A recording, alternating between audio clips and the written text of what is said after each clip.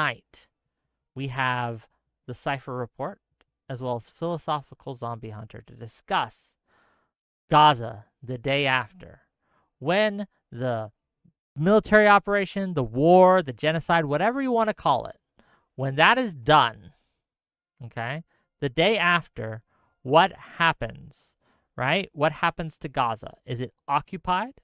Is it destroyed? Is it given a second state? I don't know. We're going to find out today. We are going to give the mic to first Philosophical Zombie Hunter and then Decipher. So, Philosophical Zombie Hunter, the day after in Gaza. What's your take here? What's your position? What do you got? Give it to us. Okay, I got a PowerPoint presentation, so I'm going to try and share that. What? Oh, I can't share it. If you give us what you got. Like, if you wanted me to share a presentation, you needed to let me know before, and I could have arranged that. But I can't do it. Okay, I'll just read it out. Sorry, I need to give you permissions and. No, that's fine. I'll just read it out. Yeah, please. Yeah. So basically, the way I see it for Gaza the day after, there's three scenarios. One is the first being that Israel loses, and it loses to get its hostages back. The second situation is Israel wins with international support, specifically about administrating Gaza after the day after. And the third option is what's called the United Emirates of Palestine, which I'll explain later. There are two things that cannot happen after when everything is over. The first thing being is the two-state solution is essentially dead. In October 7th, Gaza was used as a springboard for an invasion. A state for the Palestinians could serve as another springboard for an invasion in the future. So that kind of is the nail on the coffin in that scenario. Israel left Gaza in 2005. Israel left Lebanon in 2000. Both Lebanon and Gaza are currently at war with Israel. So from Israel's security point of view, this is not going to work. And I would even argue further that the two-state solution perpetuates a forever war. Because there's always an excuse to attack Israel. There's always an excuse to blame Israel as the oppressor in an effort to withdraw Western support. There's always some reason never to accept a peace agreement from the Palestinian side, which has like the situation where the Palestinians are both extremely oppressed and in their area and also extremely demanding to never accept a peace deal.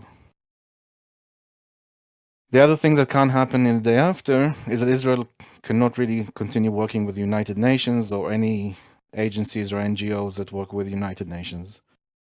For those who don't know, the UN condemns Israel more than all the rest of the world combined. NGOs publish a paper against Israel for every 9 Palestinians that die, versus 2,506 to all the worst other countries combined. Those papers are then used to litigate Israel in the ICC, ICJ. So it's kind of like a factory of 95% of the work of these NGOs is to litigate Israel. And the UN largely sorry. Let him get I'm through. Sorry. Wait, because this is yeah, that's fine. Wrap it up a little bit, right? Let's get. Well, I want to get to the heart of it. So. Okay, so I'll move on then. I had a slide about facts about the war, so I guess I can go over that later. So basically, the three outcomes. Israel loses, so Israel cannot get its hostages from Hamas. As we saw recently, the hostages are also hidden in civilian homes. There's huge Palestinian civilian support for Hamas at this stage, either as I mentioned, holding hostages, restocking or rearming. Recruiting new candidates. And Sinwar has said that he has Israel right where he wants them. At some point, the Israeli public is going to pressure the Israeli government to make a deal, and that deal will only be for Hamas to remain. What does that mean? It means that Israel will create a large buffer zone between Israel and Gaza. Israel will cease all trade and economic activity with Gaza, including disallowing worker visas, but it will allow foreign aid to come in. It will probably replace the fences with large concrete walls. It will start a process, what we've seen in this conflict, of a long process of asymmetric warfare that Israel will basically strike inside Gaza for the foreseeable future whenever it notices a significant buildup of forces or weapons. Okay. And it also will begin a process of fighting Lebanon and Iran because It would be losing to Hamas is a weakness, and October 7 is the way to destroy Israel. Okay. So I'm just going to cut to the chase for the thing. What do you think should happen on October? The war ends. Should Gaza be given back to the Palestinian Authority? Yes or no? No. Okay. Great. Cypher, give us what you got.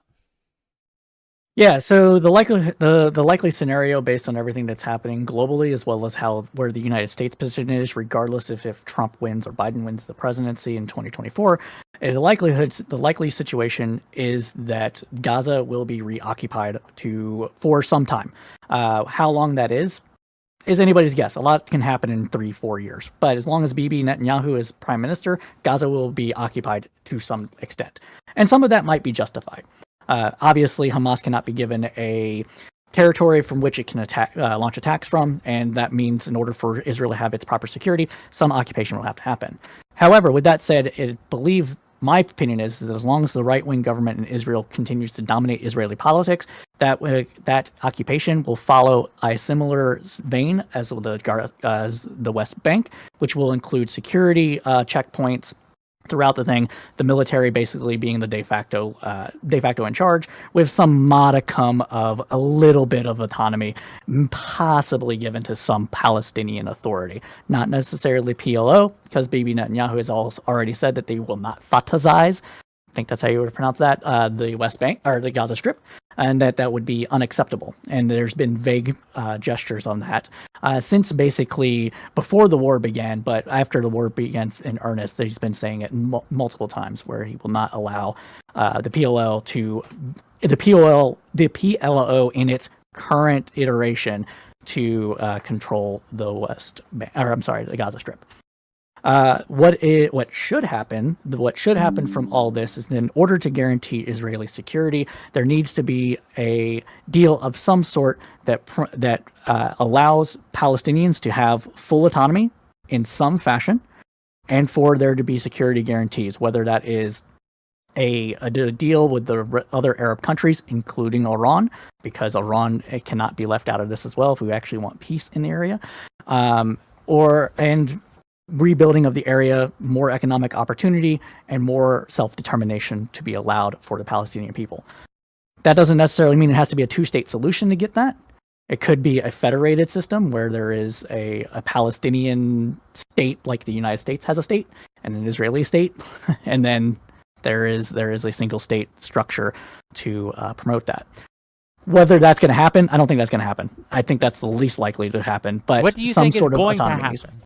What I think what is going to happen is that Bibi is going to remain in power as long as he can, and then whoever takes over from him will continue on the policy of Palestinian oppression and the eventual cementing of a secondary class citizen, not even citizen, secondary class status for all Palestinians, regardless of where they live, minus the 15% or whatever that live in Israel proper. Just to guide this debate, because PowerPoints, tech issues, we're going to need some guidance here, so I'm going to jump in a little bit here to kind of push this forward, and this is to both of you, okay?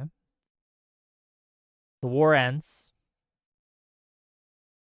What should Israel do next with Palestine? With Gaza, specifically? And tell me why. What time horizon? In the next couple of years, right? For the immediate foreseeable I future. I like the United Emirates of Palestine, which I think Cypher was alluding to with the federated solution. Where do we disagree here, then? The disagreement, I think. Go ahead. I disagree on everything. Apart from that federated solution, I disagree on everything he said. Okay, tell me why. Give us the main disagreements you The have highlights? with Cypher. Yeah, the highlights, So please. occupation of Gaza, I mean, that there's no appetite for that. And in fact, even the army right now, it's not occupying Gaza. It's clearing some place and leaving. It's not staying to occupy it. Full autonomy. It's destroyed. Why occupy the places that are already destroyed? There's nothing there for anybody to use. Well, it only destroyed 16% of Gaza, and the issue is where is that number coming from? The IDF. So the IDF is claiming that it only destroyed 16% of Gaza. Correct. How much of that is left over in Rafah? It gave that out, I think, 3 days ago. No. I'm saying they have not moved into Rafah yet. Correct? Not. They were halfway into Rafah when they gave that figure. Yeah. Okay. So they're claiming that they're halfway into Rafah. Can I just continue because? Sure. Yeah, go ahead. Yeah, full autonomy for security. I mean, Gaza had full autonomy for, I don't know, 16, 18 years. I don't see how giving them full autonomy is basically saying, build those tunnels, build those terror infrastructure, arm yourselves, and then have some kind of coordinated attack against Israel. I mean, how can you say that? You think that Gaza had full autonomy given all Yes, I think Gaza had full autonomy. Even though that Gaza was literally an autonomous both, territory. Well, let me just explain. It's literally an autonomous territory with a court system, police, 24 brigade army, a navy, and it was like that. It built 300 miles of terror tunnels under certain civilian buildings. I mean, you can say that it was a belligerent entity, and its neighboring countries, both Israel and Egypt, didn't really like it that much, so they put some border security. But it's in itself, it was autonomous. Sorry. Some border security. Some border security. They wrapped it in cement walls and then prevented any goods from not any goods. Any goods? How come? That would be hyperbolic. I'm correcting myself. How come all the supermarkets were full of food? Yeah, let Cypher explain and elaborate, please. Explain and elaborate. Not any goods, because that would be hyperbolic, and I apologize to the audience because that's not fair to them.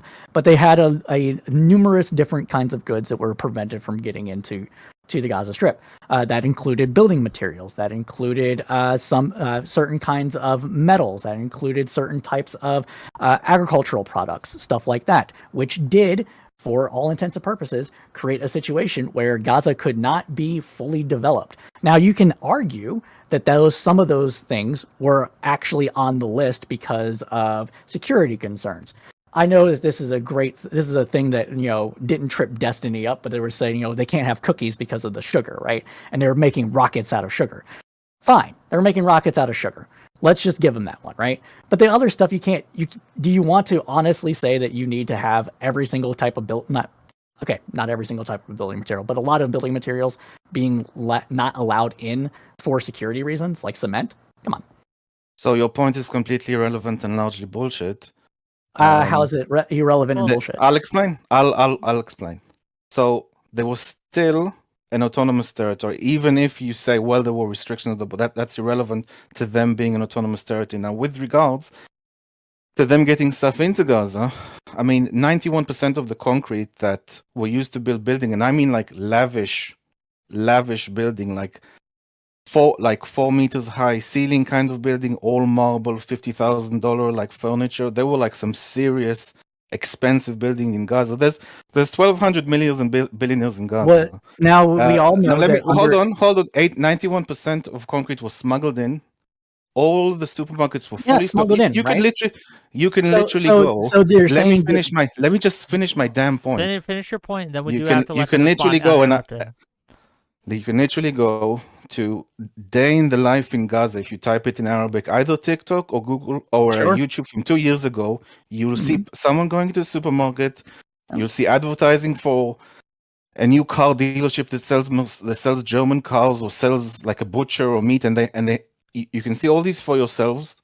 Don't trust all the hype around how poor they were. I mean, obviously some places were very poor, but some places were also very rich. And they managed to get things in. Go ahead. So they managed to get things in despite the blockade because they were smuggling it in through tunnels. If Israel had its way for the actual blockade to exist, that stuff would not have gotten in. So that would have meant that there would have been less building and less building and the ability to create some sort of economic independence in Gaza had they not circumvented those restrictions. Now, what do those restrictions also do? Those restrictions also actually helped Hamas stay in power. And the reason why I say that is because anytime there's any kind of outside entity putting any sort of restrictions on a group of people, whether it be, Palestinians in the West Bank, Palestinians in the Gaza Strip, Black people in the American South during Jim Crow, all these type of things. Anytime that happens, the more radical elements of those groups end up gaining some sort of power. So in order for Israel to actually have its own security issues alleviated, they need to come to some sort of arrangement that allows Palestinians to have the autonomy and the ability to come up with their own self-determination of some sort. I'm not an ethno-nationalist. I'm not going to say that they need their own state necessarily because ethnic nationalism is bullshit, but we can quibble over those things later. I can reply. So technically, it's still irrelevant to the point of autonomous. You're just saying it's nice to have if they had these things, but it doesn't change the fact that it was still autonomous. Now, with regarding to economic independence, they will always be reliant on Israel to some degree. Israel is the largest economic player by far, but it's got $500 billion or 525 billion economy. Everyone else is like a fraction of that, a tenth of that even. So it will always be the largest economic player. And for people in Gaza to be wealthier, they'll have to work more with Israel, either inside of it as a variety of different options, or trade with it. Now, with regards to what you're saying, just last point, Bibi already did what you're suggesting. In 2019, he released a sort of manifesto or path forward called "Shrinking the Conflict," which the idea was if you can't have a political peace, at least you'll have an economic peace. So what he tried to do is he tried to make the people in Gaza and the people in the West Bank wealthier and discourage them from going to Hamas. So some examples would be they handed out more visas, they trained, they paid like $100 million to train Gazans and people from Palestinians in general, to have skills that are relevant in Israel. They improved the West Bank's infrastructure for internet and telephony. They had corridors for the West Bank so containers can come in faster and they'll be like checked in, or can go directly into like the factory or warehouse. And they did all these things so you basically have an economic peace. So the Palestinians will have something to lose if they start a conflict. Right. But how does that in any way? So Bibi tried to do economic for peace rather than land for peace. He never agreed with land for peace. That's why he thought that the withdrawal from Gaza in 2005, I might be wrong on the year, 2005, 2006, whenever the full withdrawal happened. Yes, whenever it fully happened, right? And he came out said this was the worst thing that could ever be happen. This is like either a few years after or a few years before. He said that the largest question in Israel is not necessarily the autonomy of Gaza or the West Bank, but the Palestinians inside Israel with citizenship. So there's that as well. But to some degree, he was right. No, like we just had October. No, he was not right because but something really bad happened. Hold on. Let him tell. Okay, so. The claim here is that he was wrong. I'm going to let you elaborate on why he was wrong first, and then I'm going to let Cypher rebut. That's the order we're going to go in. But just my point is that October 7 happened. That's it? Okay. That was it. That was the point. Rebut, please. So the reason why Benjamin Netanyahu was wrong about this is because Benjamin Netanyahu also tried to prop up Hamas against Fatah in order to keep Palestinian division going, in order to prevent the creation of a Palestinian state, which is part of the Likud's, if I pronounce that right, party's internal doctrine since its founding. And it has not been one of those things that have evolved over time. It has been a core point of its party platform. And this is this thing that the Israeli right from, just left of Bibi Netanyahu all the way over to that one weird finance guy that just wants to glass the entire area. These are things that they all agree with. Palestinians cannot be allowed to have a Palestinian state, and that Israel must have control of the territory. They changed the one wording from like full political control to military security control 2017 or so, or somewhere around there in one of their recent reiterations. Similar to how Hamas changed their political stance so from just so I'm Israel clear, can't exist to, oh yeah, Israel can exist, but it doesn't have a right to exist as a Jewish supremacist state. Just so I'm clear on your point, you're saying he was wrong because he propped up Hamas and Hamas made October 7th, therefore he's to blame? No, obviously Bibi is not 100% to blame for this. Now we can talk about the security failures that happened. What I'm saying is, wait, pause. What are you saying with regards to Bibi's point that if you give Gaza autonomy, then you'll get Gaza something was really not given autonomy in the way that would have prevented Hamas from doing these things. Okay, hold on. Look. The other thing that has to be mentioned here is that everybody wants to separate Gaza from the West Bank. That includes Israeli Jews, American political science people, people in Europe. Everybody wants to separate these two issues as if they're completely separate issues, right? Well, we're also going to separate them because No, we're talking about Gaza today. Hold on. Both of you stop. Cypher, why should we not separate those issues? Thank you. So the reason we should not separate those issues is because the Palestinian people, the people that are at fault for some of this conflict, don't separate the issues themselves. They see them as brothers in arms against oppression. Now that's again how leftists see it as well. We can talk about how. What? Where do you get this nonsense? What do you mean? Where I get this nonsense? They see them in brothers in arms. Hold on, both of you. Philosophical Zombie Hunter. Why is he wrong about this? Because essentially, like if you look at the West Bank and Gaza, they're all broken up into tribes. There's no unity, and even if you think about it, like the West Bank is vastly different than Gaza. Gaza is like a city, a very like a dense city, and the West Bank is like an open, rural, mountainous area. Gaza are people largely from Egypt. And the West Bank are largely people from Jordan. What is this unity? I don't understand what he's talking about. You don't understand what I'm talking about because you want to keep them separate in order to perpetuate. Yes, I'm a bigot. Okay, I just gave you a reason. Can you reply? No. You are saying that they do not see themselves as Palestinians. They don't see themselves. They see themselves as Jordanian and Egyptians. That is not how they do this. That is not how they operate. That's not how they ever operated since 1942. Hold on. What I believe is being said, just so we don't crosstalk or talk past each other here. When people separate these issues, one of the reasons they do that, and you could say that it's a mistake to do it, is because the issues at play are separate, and they may see them as part of the same overall problem of Israel existing, right?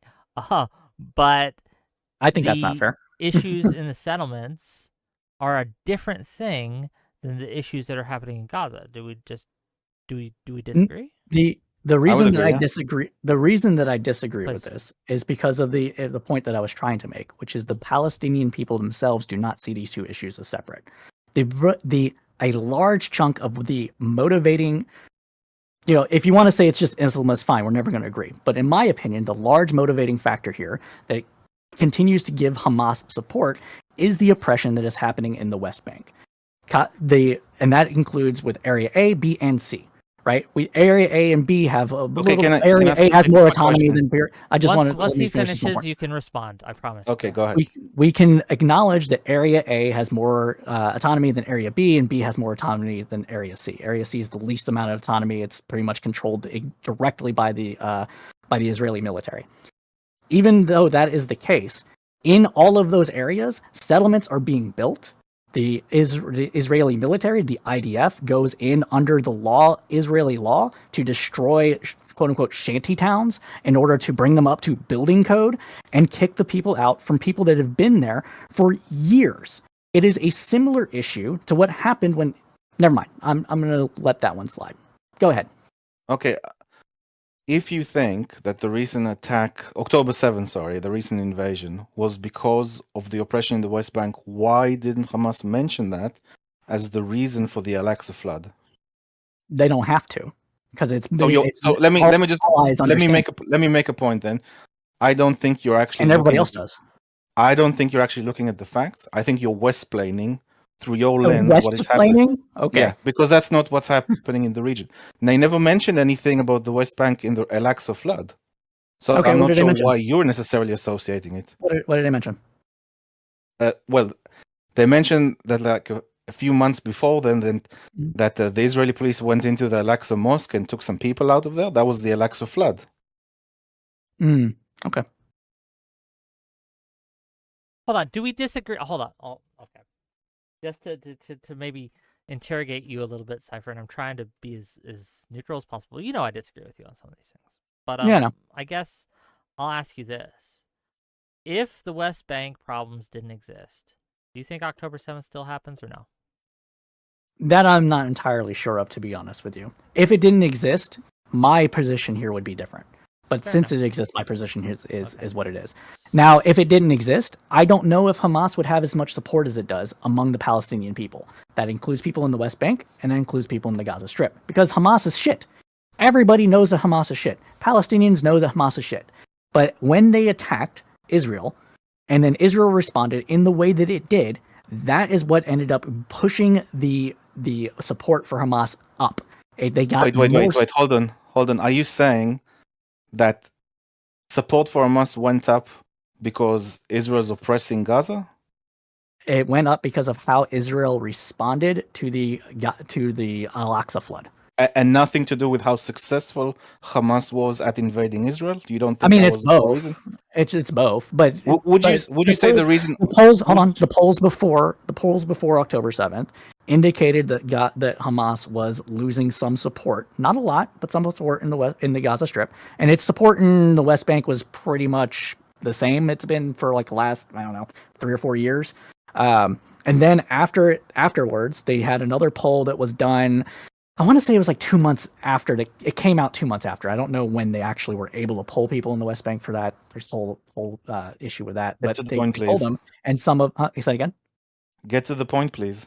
Oh, okay, fine. So I do think that that part of the reason why the Palestinians, especially in the West Bank, are supportive of Hamas is because of how they responded and the continued settlement creation that is happening within the West Bank currently.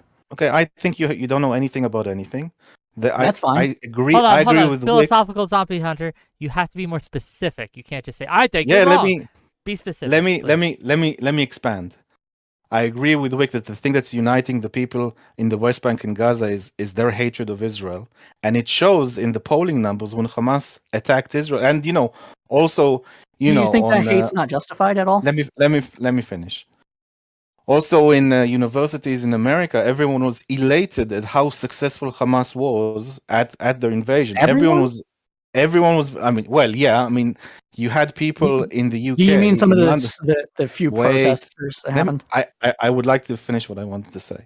You had people on the 7th of October at night, left-wing people and Muslim people around outside the Israeli embassy in London celebrating for what happened on October 7th. Sure. So people were elated at how successful Hamas was, it's successful in quotations, at their invasion. And that's what seems to unify the West Bank and Gaza. It's very obvious. And it's hatred of Israel. But why is that hatred of Israel? You really have to try hard to not. I don't have to try at all. You really I don't have to try hard at all.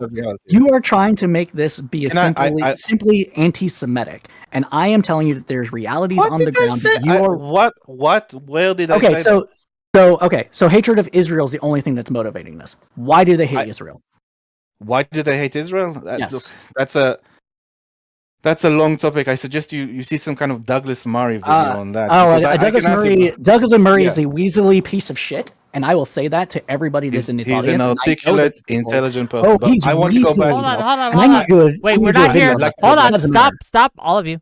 We're not here to debate Douglas Murray. I don't care about Douglas Murray. But let's address this point of is there a justification? Because I think it's worth talking about. Are they justified in their hate? And the second question, the follow-up question to that would be, if they are, so what? I'm not sure like how to justify it in their hate. I mean, I would say no. Okay. I would say that basically ever since Jews migrated into Israel from like the late 19th century, and certainly in the early 20th century, Arabs were not too keen on Jews staying in the area. There were massacres, there were pogroms, there was a large Arab revolt in between 36 to 39. Yeah. This is before a state, before any oppression, before any and everything. So I can't really see how you can claim that just Israel being there is not like a core reason. If you go back in time far enough, before Israel was there, before any occupation and whatnot, I don't agree with the term anyway. Yeah, I know. How can you say that it's not that? I want to know the reason why they hate Israel. Why do they hate it? You didn't give me a reason why they hated it. Why I think they hate it? Yes, it doesn't matter. It doesn't matter. Hold if on, it's true or not. Steelman the position for us, Philosophical Zombie Hunter. Steelman the position of why do Palestinians hate Israel, please. I think Palestinians hate Israel because Israel was successful in pushing back 5 Arab armies when at the time Jews were seen as like the worst of the worst, the refugees that no country wanted, the emaciated. So it's jealousy?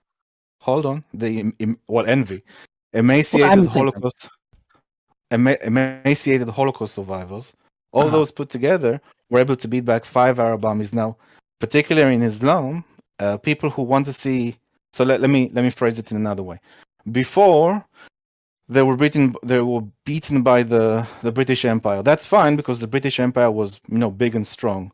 These Jews who were dhimmis, who were second-class citizens, who were not allowed to ride on horses, they had to ride on donkeys. They were weak. They were pushed from everywhere. No one liked them.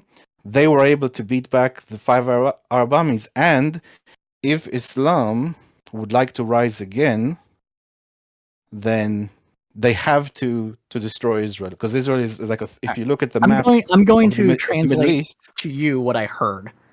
Okay. Okay. What I heard is that it's because they lost and they have resentment and animosity because they lost, and also because of Islam. Is that a fair assessment of what you said? If with regards to the second point though, if Islam is to rise again, if you look at the map of the Middle East, like there's like all of North Africa and the Middle East are all Arab Muslim countries, and then there's like one tiny spot which is Israel. And if Islam is supposed to like conquer and proceed and rise again, then they have to get rid of that, and all that area has to be fully Muslim, especially as it was once belonged to Muslims. Because of Islam. Well, because Islam is specified, but okay. I specified, I'm but saying okay. that. Yeah, it's specified, but at the end of the day, that's what you're saying, though, because you believe that Islam is the Islam is one of if not the key motivating factor here. Certainly, Hamas. Certainly, it's a motivating factor for Hamas and the IRCG, and probably Hezbollah. I think they moved away. I mean, once upon a time, it was national secularism with Arafat and probably before him. But now it's very much religious. It's okay. But this again ignores the realities on the ground, and we have to talk. It does not. Yes, it does. It's perfectly with the realities on the ground. It is ignoring the realities on the ground, and it's also giving way too much. It's also giving way too much credence It's giving way too much credence to the fact that they lost, and it's Islam. So let's do a brief history lesson, because I think this is what's necessary. I don't know if we need to hold on. When you say brief, please. I mean super brief. Okay. So super brief. All right. How did before you start, can I just at some point I want to go back to Gaza and Bibi and all that stuff you left off before. Go ahead. Sure. So how did Jewish people move to Palestine? They moved to Palestine. Well, they always had a presence there. Okay, how did the Jewish diaspora? Fine. How did the Jewish diaspora that existed in Europe and the United States and other places in the world move to Palestine?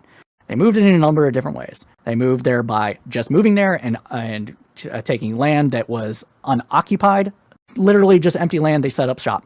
They went and they bought land from the Ottomans, and they bought land from the people that owned the land there. Okay, when they bought land from the Ottomans, what did they do? They had a Western outlook about how land ownership worked. And that was not what the exact way that the Ottomans and Arabs had been treating land ownership for the last 100 years, because they had not adopted full-blown capitalism and property rights. So when they bought it from the Ottomans, they turned around and kicked the people off the land that were there, that had been there for at sometimes hundreds of years, right? Do you think that that's going to piss anybody off if that happened? Would that legitimately piss? I don't care. I know you don't care. But this is part It's irrelevant. It's just irrelevant. It is not irrelevant. So they had bad feelings. What else? They had bad feelings about it, right? Okay, so that's going to piss them off. They felt bad. What else? And then the British mandate for Palestine went away, and it gave way to the Jewish state.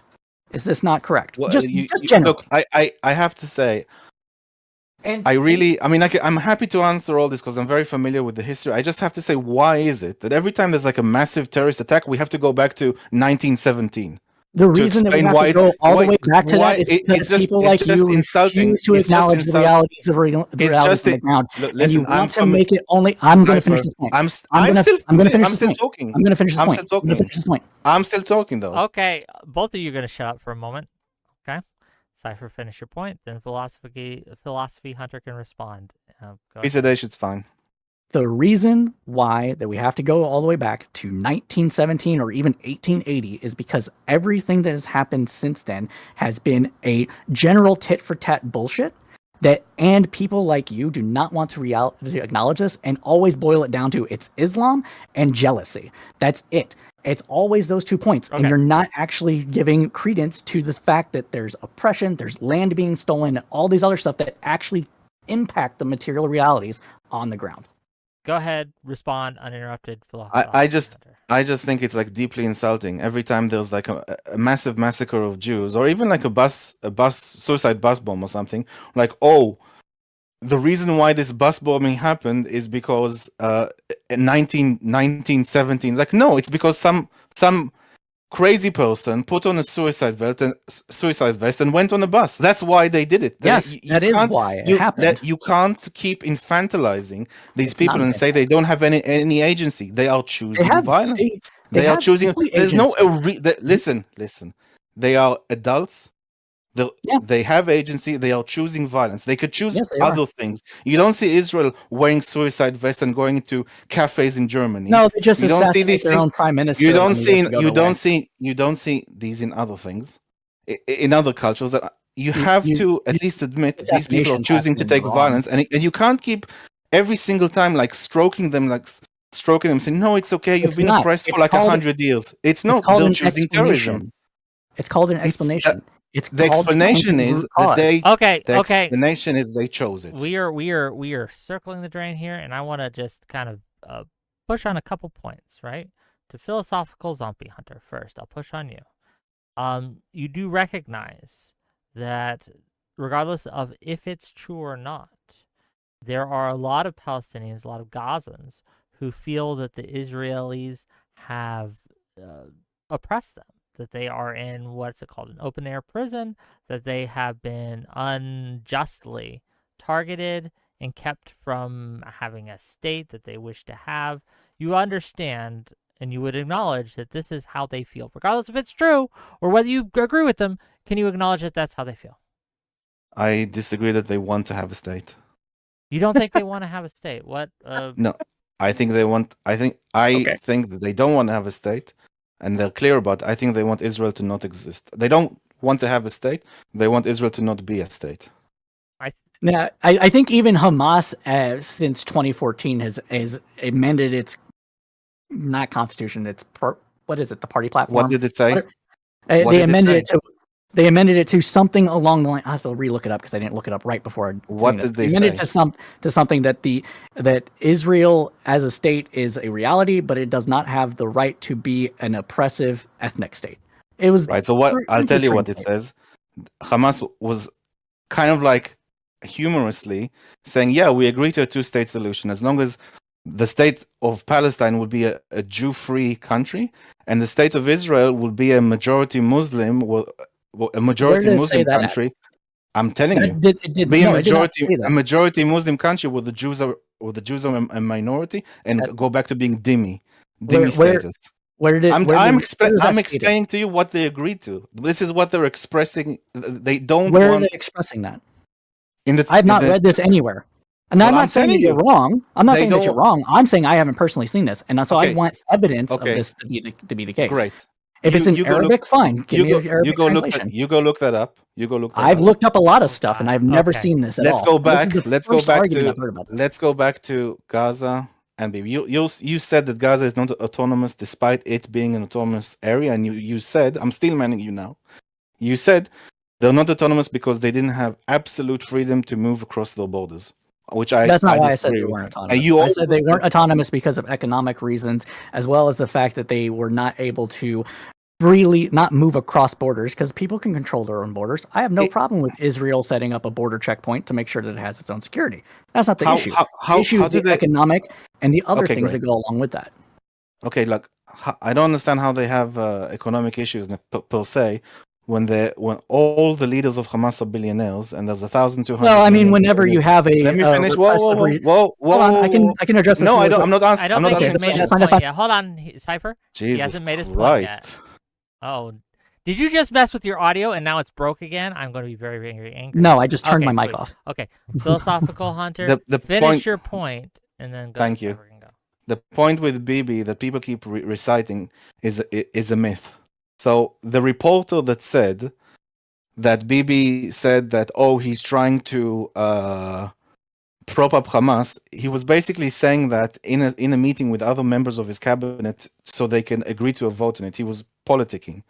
The actual reason was because he was trying to do that, shrinking the conflict or that economic peace, where he wanted money to keep flowing into Gaza. So as you say, that people in Gaza would benefit from the money. Obviously, some Hamas members would take a cut, but still, the money would go in and people in Gaza would benefit from it. So your exact argument that they're trying to keep Gaza poor is not true. And you can see that there are very wealthy areas in Gaza. They were doing very well. They had a lot to lose from this invasion. Anytime that there is an oppressive regime, which Hamas is a repressive regime, Israel all agree with that, it's going to end up enriching itself. That's always what happens. We can agree to that.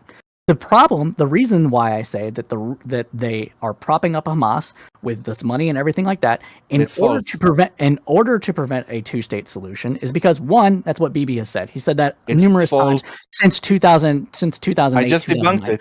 No, you didn't debunk it. You claimed that he was politicking without any proof. Even the reporter that said it said that's not the reason for it. He said he was just telling his cabinet member a story. He was telling his cabinet member stories in order to politic. I understand that. That's fine. He might have been doing it at that moment.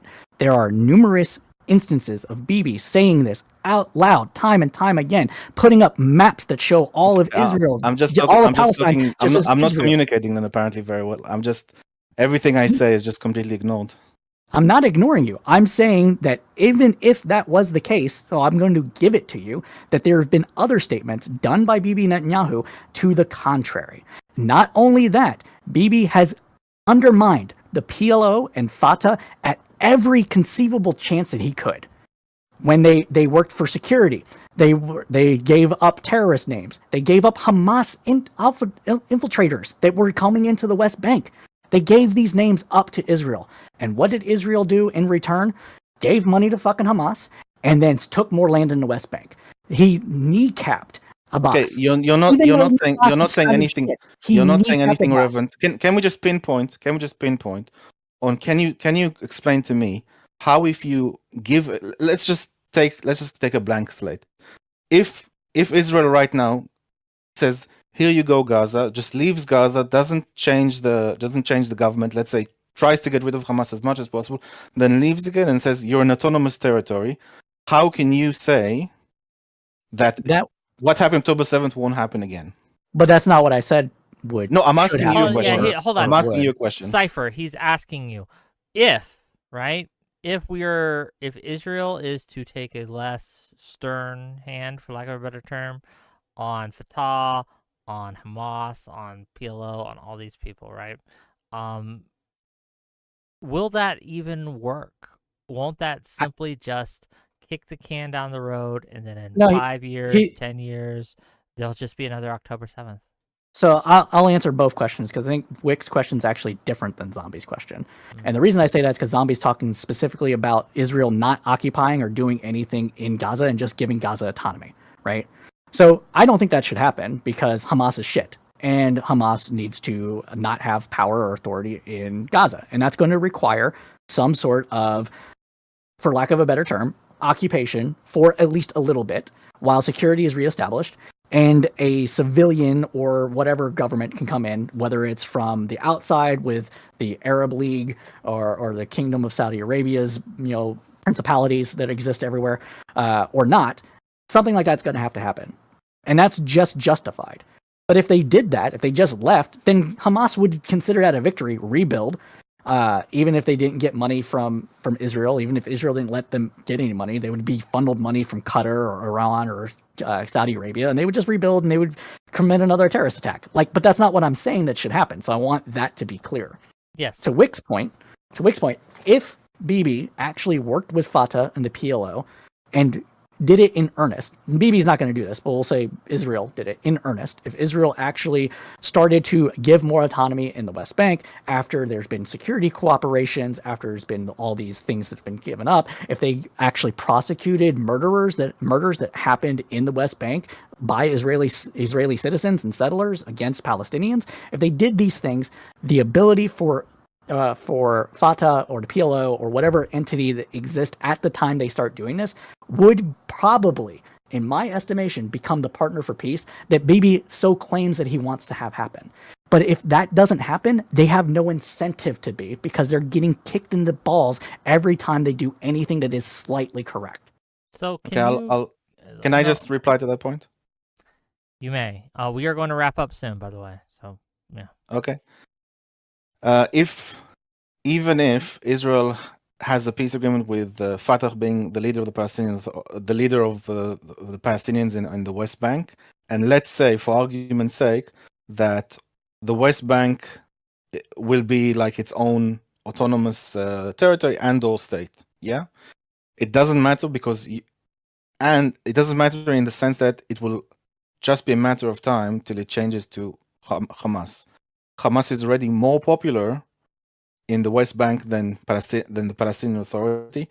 So it will, at some point, win an election. And even if it does not win a democratic election, it will simply take over by force. It will arrange a coup. Hamas are extremely violent. And we've seen it happen already in Gaza. They'll simply take over control by force. So either through the ballot or through the gun, at some point, a second state would be run by Hamas. Okay. I don't believe that is true. So to You've seen it happen already. Hold on. No, we haven't seen it happen already, but that's fine. Can you name a time previous to Bibi that there has been a real peace movement in either Palestine, West Bank, Gaza, Israel, whatever you want to call it, right?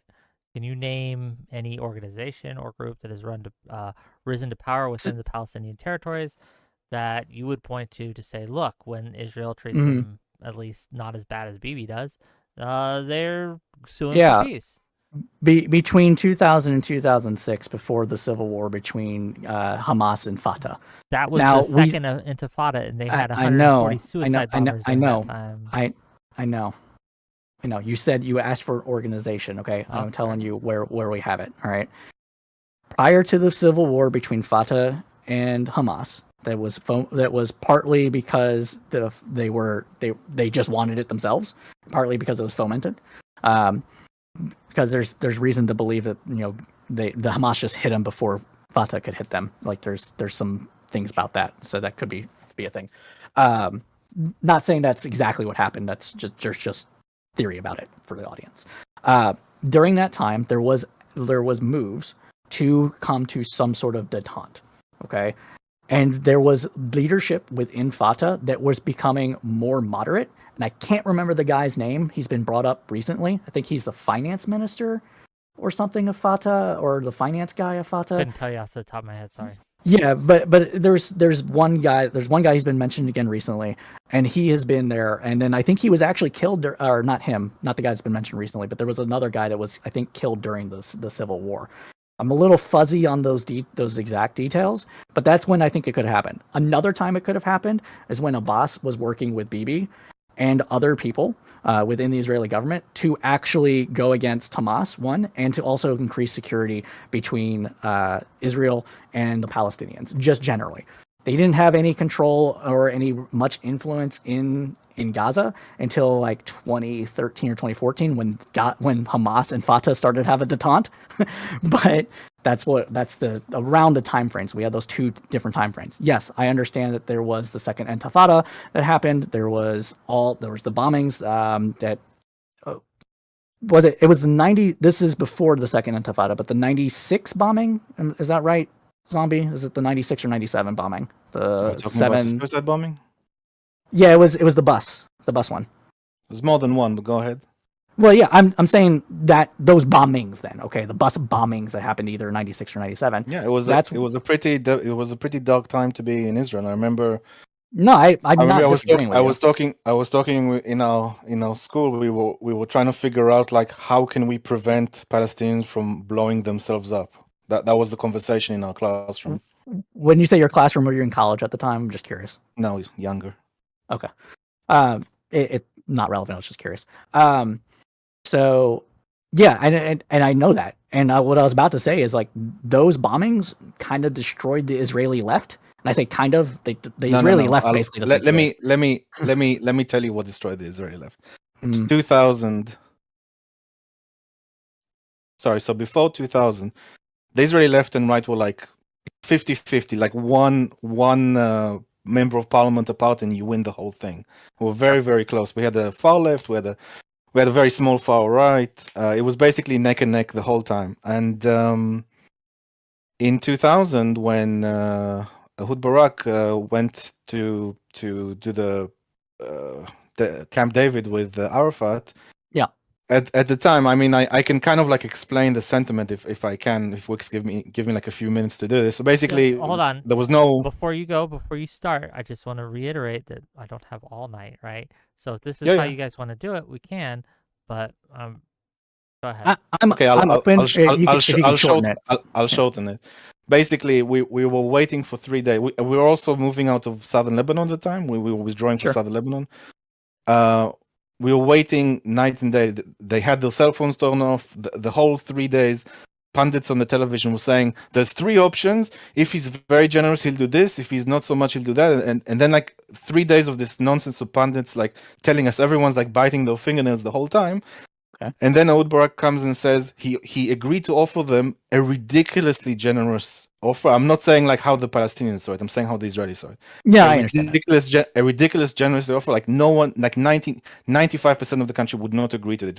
I think that the Minister of Defense saying this is like a coup. And then, like after they're telling us that Barak offered these things, like half a second later, they're saying, and Arafat didn't accept this. So that just killed the Israeli left. That was like Israeli left right now. They want to vote. That's fair. They want to vote for left-wing parties, but no left-wing parties has actual solution to the security issues, which is number one. So that's why you're seeing these right-wing parties come up. But technically, like once upon a time, Israel fundamentally was a socialist country, a communist country. We have kibbutzim from the left. Like Avodah was like a massive party, and now it's like almost gone. Okay. Yeah, I think that started to. Yeah. What I was about to say doesn't matter. So I think it's fair to say that the denial of the deal that was offered did have a great contribution to the destruction of the Israeli left. I personally think the bombings had more to do with it, but I'm not Israeli, so I don't know exactly. Just my own take on that. I will say that in those deals, there was not anything that Arafat could have actually accepted in order for him to bring back to the Palestinians and what that kind of amalgamation of internal Palestinian power struggles that were happening. And the reason for that is that there wasn't any answer to the refugee question at all. There's been some reports by various people that were part of the talks at Camp David Accord and the Oslo Accords about Arafat saying that he couldn't accept it. There's been other analysts that said that because of what was offered and his own tenuous position of power within Fatah, that he couldn't accept it for those reasons as well. But everybody kind of agrees that there was not an answer to the refugee question, and that there wasn't a counter from Arafat for the refugee question. There's been talk that he wanted the Israelis to come over with some sort of offer for that. What that could have been, nobody really knows, but it wasn't done. So that's essentially why the deal. I just want to point out that this refugee problem is an excellent example of why the UN and the West perpetuates a forever war with Israel and Palestine. Those refugees should have been resettled 3 years or 4 years after they became refugees, not 50 years. No, they weren't resettled at all. Well, let me finish. They should have been resettled. The refugee status should have gone at some point, but because the UN gives Palestinians some kind of magical forever refugee status, as well as like Fourth Geneva Convention protections. This reason is why, I mean, Arafat could have said something else, but this was the reason why he walked away from that peace agreement. And those refugees should have been resettled decades ago. They should not have been. They should not have been a topic of discussion. And this is one of the key reasons why the UN and the West needs to kind of move back a little and let Israel and Palestine work things out on their own. I want you to respond to that. Hold on, just to clarify, right? To maybe rephrase that a bit, because I'm very interested in your response to this, Cypher, right? To what extent, if any, has this propping up of the Palestinian state, such as it is, by the West, by the UN, by other countries, saying, keep fighting, one day you'll eventually be free. To what extent, if any, has that contributed to that, as Philosophical Zombie Hunter points out, a forever war status? I think that there is some truth to that, but I'm not going to blame the UN for it. Instead, I'll blame the Arab states where the Palestinians are, because the Arab states never agreed to allow them to resettle or become citizens in those states. I don't think Israel is the only bad actor here. I've constantly said Hamas is a bad actor. Fatah has done some fucked up shit. We can talk about before 1978, all the stuff that they did.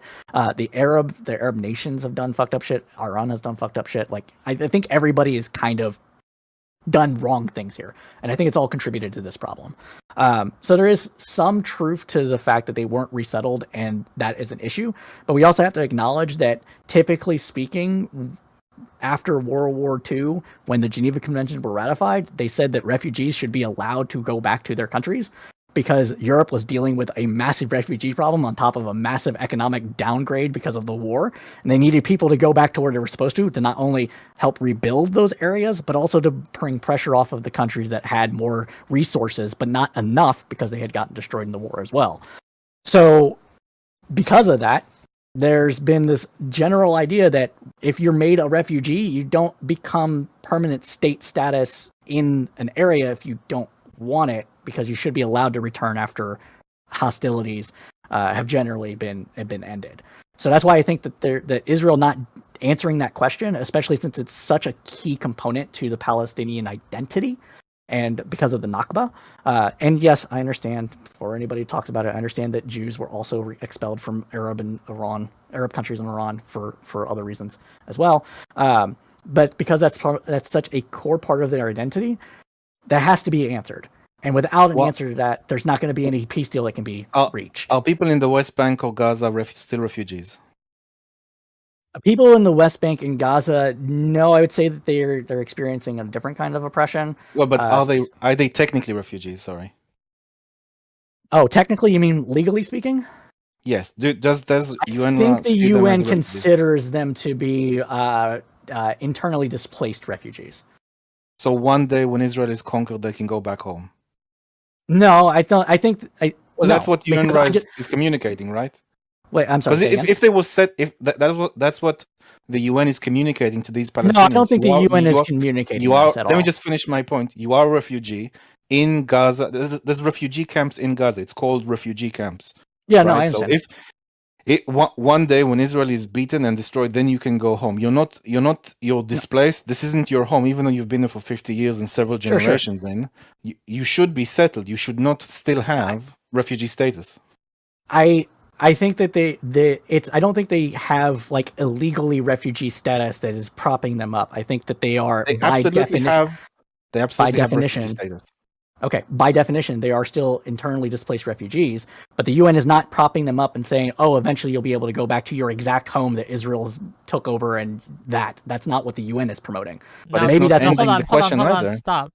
I understand this may not be what the UN is promoting, but there are plenty of people who are.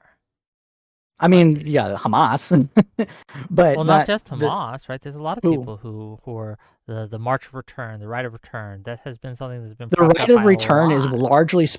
the right of return is largely about the refugees that are in Jordan, Egypt, and others, not the internally displaced ones that are inside of Gaza and the West Bank. But they and are Israel is connected. not allowing, Israel is not allowing them to go back into those places either, especially in the West Bank, because they don't want the population to swell. Well, at least the right wing doesn't want the population to swell. I understand, but these issues are all like connected. I think they are connected, but I think that Zombie, from my personal perspective, Okay. I think Zombie is putting too much credence to that, and I think that the internally displaced refugee ones aren't as necessary to solving the conflict as the ones that are outside. Outside, fair enough. Okay, gang. I'm gonna cut this short. Right, I know we had some technical issues. I wanted to get more time in here, but I do have like a hard out here very soon, and I want to give each of these wonderful gentlemen a chance to have a closing statement and tell people where they can find them. I know we didn't get to a lot, but there's just so much here, and so I want to give first to Philosophical Zombie Hunter. Then we're gonna let Cypher have the last word. But just give us your closing thoughts. And please answer within the closing thoughts for my curiosity. Is this a solvable conflict at all? Or is it just going to end in the death of one or the other? Go ahead. I think it can be solvable. I don't think it can be solvable within the context that the West wants it to. I think we should look at how the Middle East is shaped up, how democracies have not really done well in certain Arab countries, and how emirates or like city states in the Middle East have done much better, or tribe-based city states or emirates. I think those will succeed better. We were talking at the beginning about a federated solution. This is something akin to that, where you have a tribe. Everyone is loyal to that tribe. It's a homogeneous population. Even now, like it's still like basically tribal.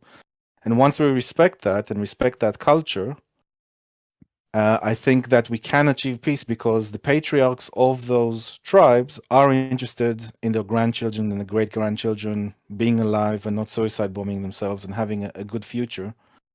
So I think if you respect that culture and build a political framework around that, we will have peace. Well, thank you for being here, Philosophical Zombie Hunter. I really appreciate you. And I'm sure we'll see you in the Discord arguing away. Cypher, please. Yeah, thank you, Wick, for having me on again. And I apologize about my audio issues. This happened once before. I just have to figure out how to permanently fix it. But I appreciate the patience from everybody, especially the audience. So thank you. So I think that this is a solvable dilemma. It needs to be solved within the region with some minor help from the West. And that means it has to be done between the Palestinians and Israelis first and foremost. The Palestinians cannot be sidelined. The Abraham Accords sidelining Palestinians is not the approach to this. It's part of Hamas did what it did for various reasons, and one of those reasons is because they were getting sidelined, and they felt that if they didn't do something like this, they would be forever sidelined. And I think that's part of the reason as well. I'm not sure exactly what Zombie means about the federated or the principality stuff, but I do think that it ultimately, in what could be the best outcome is to have a single state solution that respects the autonomy of both sides in a kind of a United States federated sort of system. And it could be 3, it could be 2 states. Doesn't matter to me. It matters to what is going to actually create security for that. But it has to come between the Palestinians and Israelis and answering the refugee question. And that can be answered in a number of different ways. I don't think that all the refugees need to be resettled. I think that if everybody got together and gave a bunch of refugees in Jordan and Lebanon and Syria and the UAE, like all these places, they just gave them money and said, here, now you're a citizen, here's the payment that we have. I think maybe that could also be part of the solution, because blood money is part of Islamic tradition. So, but that's where I'm at. As far as where you can find me, I have a YouTube channel. It's under Cypher Report. I haven't posted anything there recently. I got bogged down with work and despondent, but I'll be doing more videos here in a month or so. So I appreciate it. Thank you. No, thank you both for being here. Gang, if you like this content, if you like what we had before as well,